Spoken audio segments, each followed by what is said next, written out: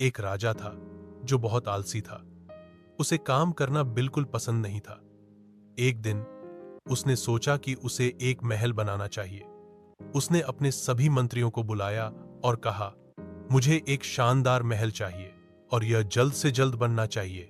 मंत्री बहुत परेशान हुए। वे जानते थे कि राजा बहुत आलसी है और वह महल बनाने में कभी मदद नहीं करेगा। इसलिए उन्होंने एक योजना बनाई।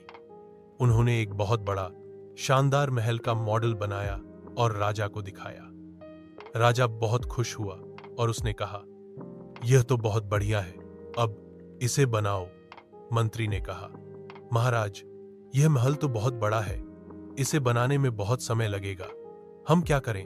राजा ने कहा, चिंता मत करो, मैं तुम्हें कुछ समय दूंगा। राजा ने मंत्रियों को 1 साल का समय दिया। 1 साल बाद मंत्री राजा के पास वापस आए।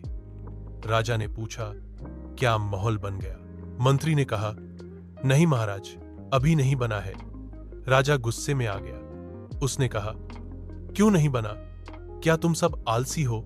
मंत्री ने कहा, नहीं महाराज, हम आलसी नहीं हैं।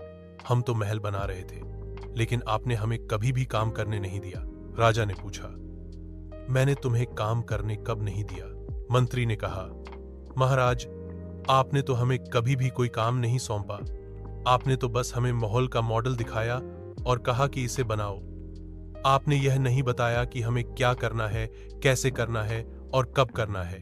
राजा को अपनी गलती का एहसास हुआ। उसने कहा, तुम सब ठीक कह रहे हो। मैंने कभी भी तुम्हें कोई काम नहीं सौंपा। मैंने कभी भी तुम्हें यह नहीं बताया कि क्या करना है। फिर राजा ने मंत्रियों को महल बनाने के लिए काम सौंपा। इस बार मंत्रियों ने राजा के निर्देशों का पालन किया और महल बनाने में जुट गए।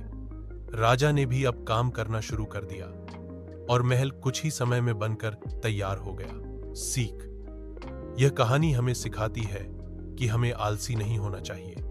हमें हमेशा काम करते रहना चाहिए और दूसरों को भी काम करने के लिए प्रेरित करना चाहिए।